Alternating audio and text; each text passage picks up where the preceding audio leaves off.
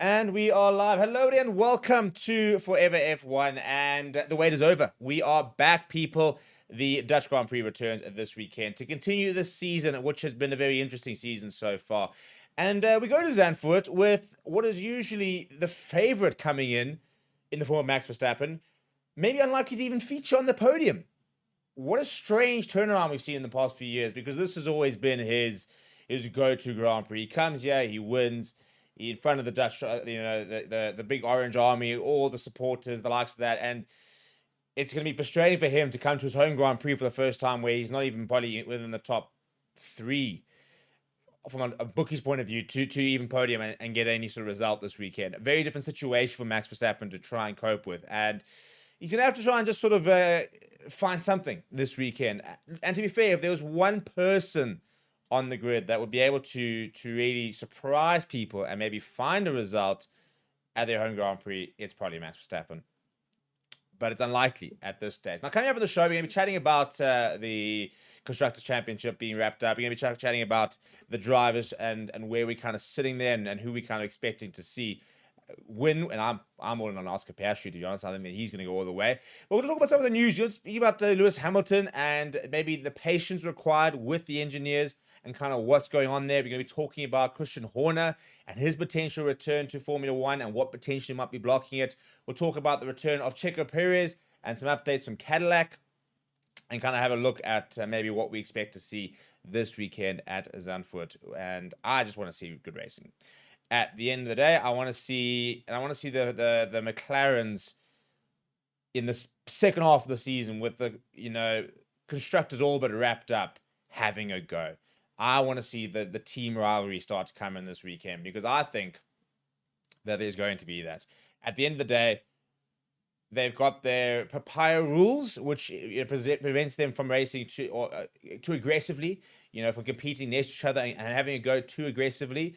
But when you're looking at the Constructors' Championship and they're sitting with double the amount of points that the next best Ferrari has, that's wrapped up. They can't lose the Constructors' Championship from here, really. So even if they start getting DNFs, they're still unlikely to lose. And as a result, let them race. Let them race, Zach Brown, because you want to see that. At the end of the day, if we're not going to see any teams being able to touch McLaren, then we need the McLarens to make life interesting. And I want to see those two having a go. When we saw, Oscar almost sort of dive bombing Lando Norris and almost going to the back of him, that's what I'm in for. We actually quite an entertaining race in Hungary, which was good to see.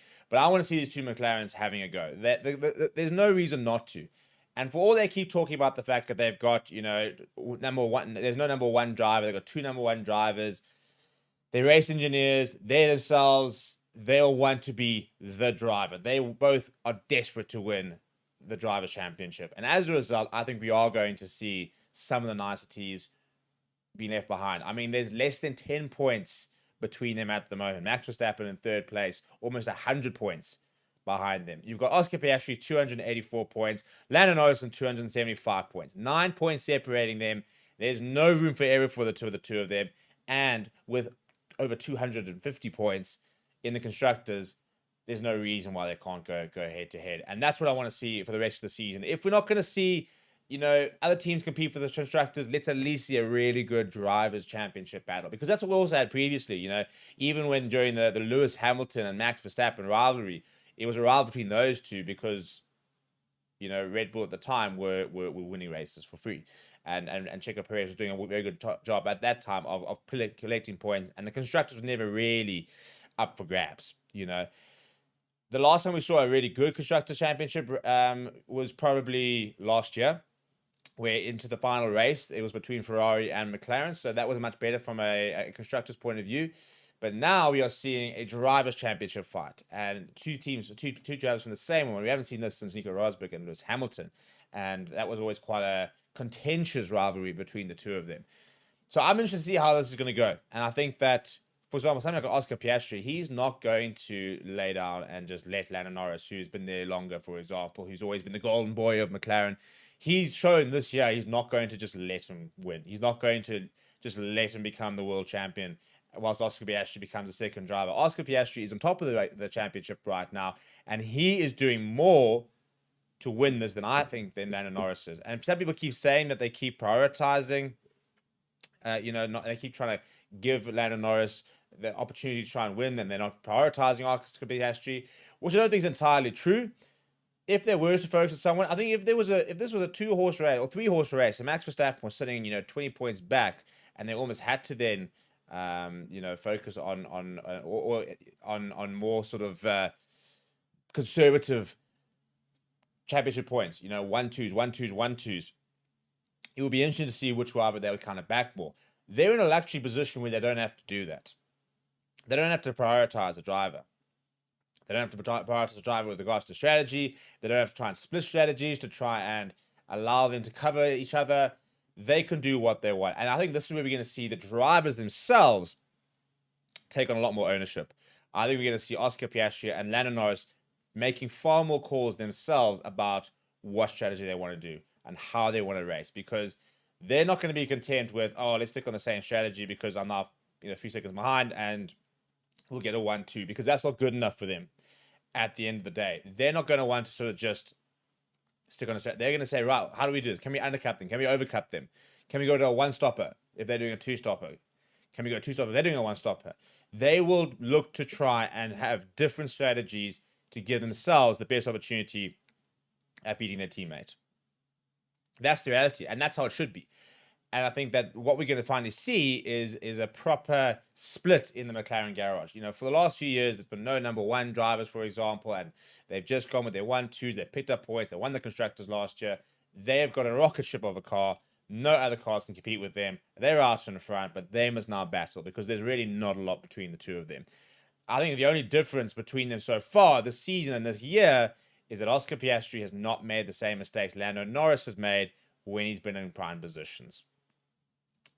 Lando Norris should be leading this championship if he hadn't made some silly mistakes throughout the season. Oscar Piastri, on the other hand, has driven really well and not made those mistakes and maybe been a bit more composed at the right times. As a result, he's very much in the mix. And that's a good thing. I think it's a great thing that he's in the mix. And I'm really, not in the mix, he's leading the championship for goodness sake. But I like the fact that he's had a very, I don't give a shit about what sort of, about Lando being senior. He's just come in, he's racing, and he now wants to go win the championship. And I think he is going to go win the championship. And Lando Norris has probably potentially blown his best opportunity at winning the championship. But it is still very, very close.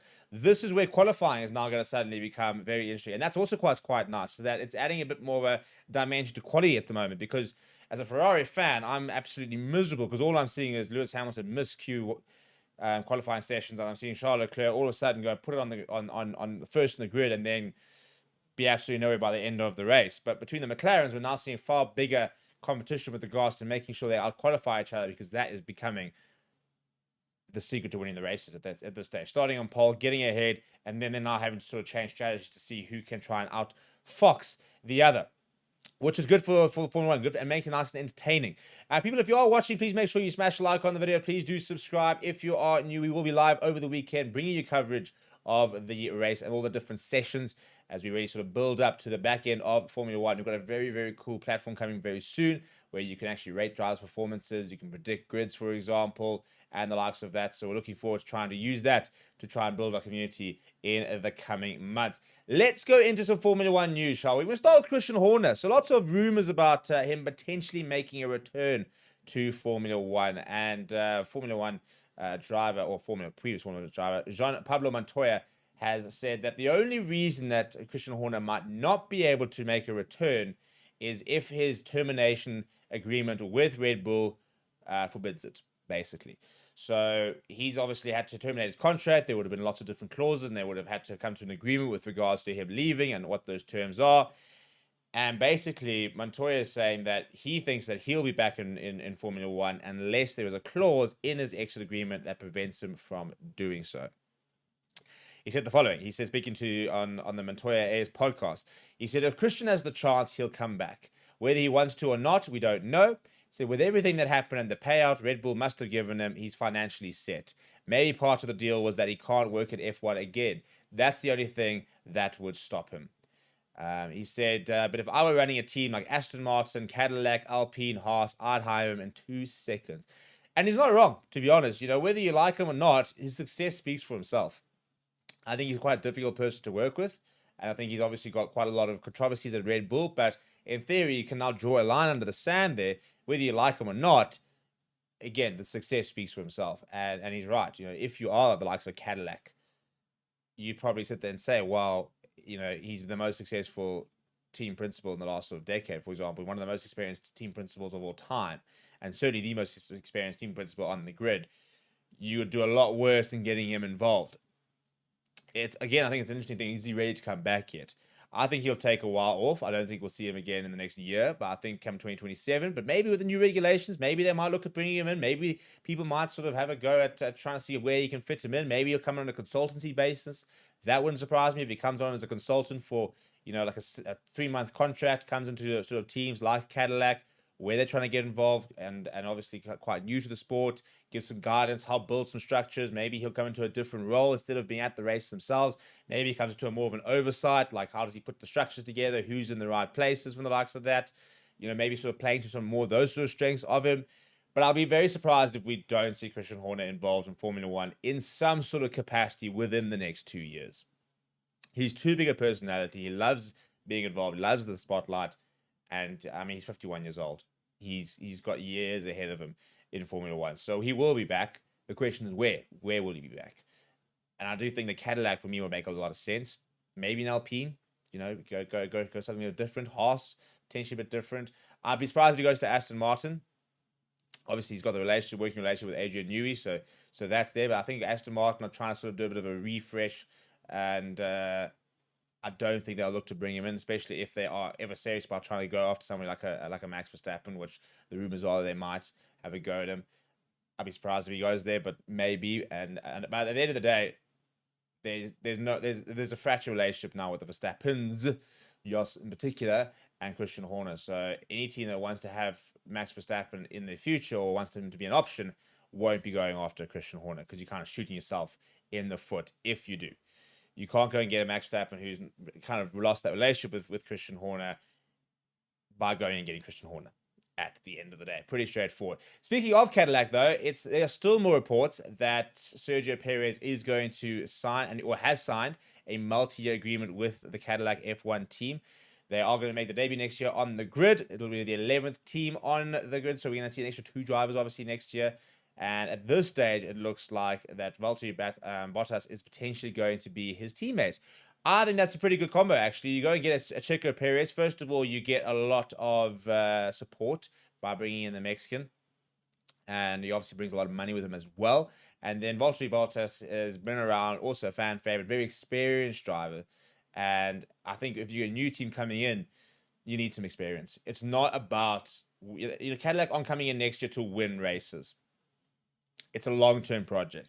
And sometimes you're then tempted to go and getting maybe a young driver and maybe going in and rolling the dice on a young driver and going and bringing something like a Bortoleto, for example, who's doing really well. Maybe, obviously, now he's going to go into Audi and he's going to have a good time, but maybe going and say, well, can we find the next Bortoleto? Can we go and find the next big young driver and bring them in? But at the same time, you're a new team into the sport. And you want experience in that cockpit, which is feeding you back what's happening with the car, how to set up the car, what's happened previously, what has worked for Bottas, who's been in championship-winning teams, what's worked for Perez, who's also been in championship-winning teams.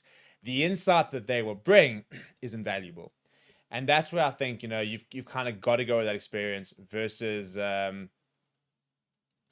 the younger driver kind of option. You go with the experience, at least initially, I think. In terms of a reserve driver, by all means, go and find somebody young and you can get them into the car and you can give them sessions, for example. They can have a go at driving in some practices and you can kind of start grooming them to take over and be a long-term option and roll your dice on them and maybe even give them to a couple of qualifyings and the likes of that.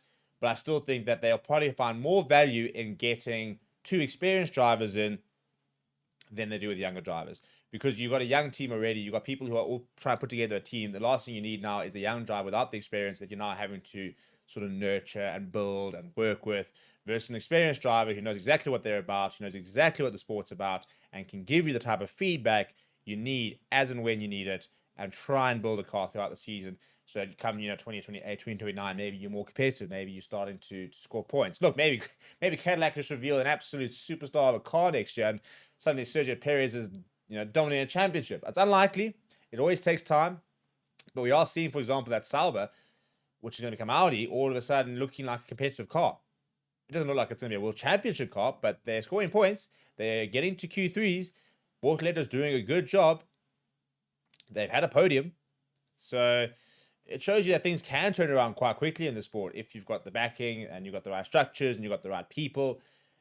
And that's where I think it's quite exciting to see what sort of Sauber does, because they've got very good people in that side, in the team itself.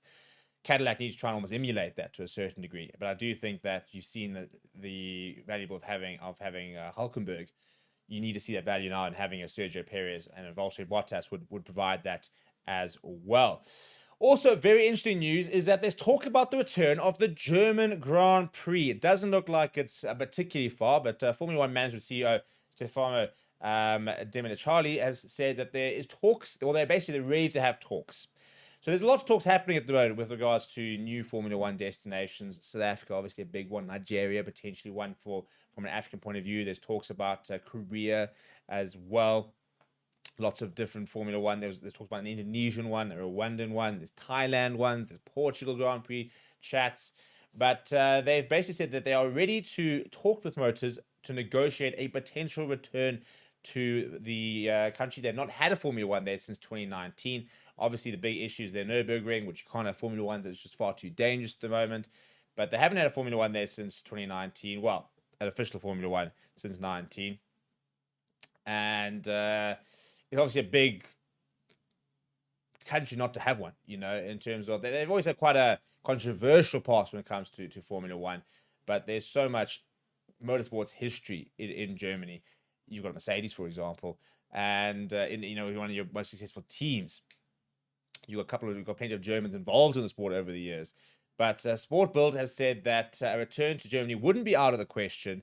He said that thanks to F1's current worldwide popularity, he receives more offers from the countries, despite desperate to host a Grand Prix that an F1 can accommodate in its 24 maximum. He then said as follows. He said, "We are spoiled for choice and can choose who we want to work with." And he said Germany has yet to come calling. He says the main thing is that we know who we need to talk to. We are open to the discussion. And he said that any sort of money will be secondary for time being to reviving a beloved event in terms of getting the German Grand Prix.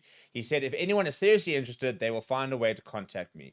But time is running out. There is a long waiting list of companies and even countries with their prime ministers and kings who are desperate to host a race. Mentioning Portugal, Thailand, South Korea, South Africa, Rwanda, Indonesia, Argentina as well, all looking for F1 races.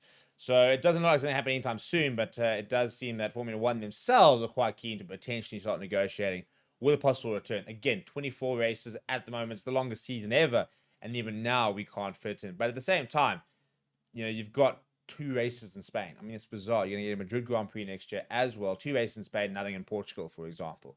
So it'll be interesting to see as things go. First of all, money will play a massive role. And if you don't believe so, go and check out that fact that Miami's got another, 6 races, despite it being usually a terrible Grand Prix. And that's just money. At the end of the day, there are companies and corporations throwing billions and billions of dollars and pounds at Formula One to host all these races. So I don't think we're going to see it anytime soon, but they are apparently interested or open to having the conversation. And then just finish up, we'll talk a little bit about Lewis Hamilton and the fact that, again, it was a bit of a Montoya quote, saying that there's going to have to be a lot of patience. And basically the theory at the moment is that there's just a big difference of opinion between Lewis Hamilton and the racing engineers on how to set up the car. And that is what is preventing them from getting the best out of Hamilton. And I think that there's a lot of merit to that. We know there is pace in that car at times. We were on pole last time. At the same time, Charles Leclerc just completely fell off towards the last stage of the Grand Prix and couldn't compete. He looked bang on for a podium, and then it didn't come anywhere close to one. So that was frustrating from a Ferrari point of view. But that also indicates that there is a bit of pace and that there is something to look forward to in that Ferrari. The problem at the moment is the fact that Lewis Hamilton is just not getting that pace out. He's not performing. He's really, really struggling. And the question is why? And how do they fix that? And there's no easy answer at this rate. There isn't a simple, oh, well, we bring in the upgrades package and off we go. Because there's a very big difference in performance at the moment between Charles Leclerc and Lewis Hamilton. And, you look at the pedigree of the two drivers, both top five best drivers in the grid. But Lewis Hamilton, you're talking about an all-timer, and Charles Leclerc, you're talking about still one of the best drivers, but hasn't quite, he never won a driver's championship, for example. So you expect them to be closer. They aren't. And I think a lot of that is a bit of a difference in opinion and maybe getting used to the Ferrari structures. And we're still seeing that, unfortunately, 6 months later from the beginning of the season. And unfortunately, I think we're going to continue seeing this probably for the rest of the season. I think for Lewis Hamilton, it's all about next season now, to be honest. It's about understanding how the team works. It's about understanding how the car works. He needs to stop being so self-deprecating and talking about how bad he was and how bad the qualifying is. We need to turn our sights to next year and making sure that when the new regulations come in, we've got a car that can compete. And Lewis Hamilton is in tune with that car, in tune with the team, and in tune with his engineers so that he can compete. And he can go and try and set the record and the likes of that. So, yeah, there we go. But nice to be back. And that's the main thing. We are back this weekend. Please do smash like on the video. Please do subscribe to the channel as well. We will be live over the course of the weekend for the different races and sessions and the likes of that. Please make sure you do join in. And we'll see you guys throughout the week for some updates, news, and potentially another live show towards the last stage of the week. We might do a bit of a live preview. So make sure you keep an eye out for that. Thank you very much for watching. My name is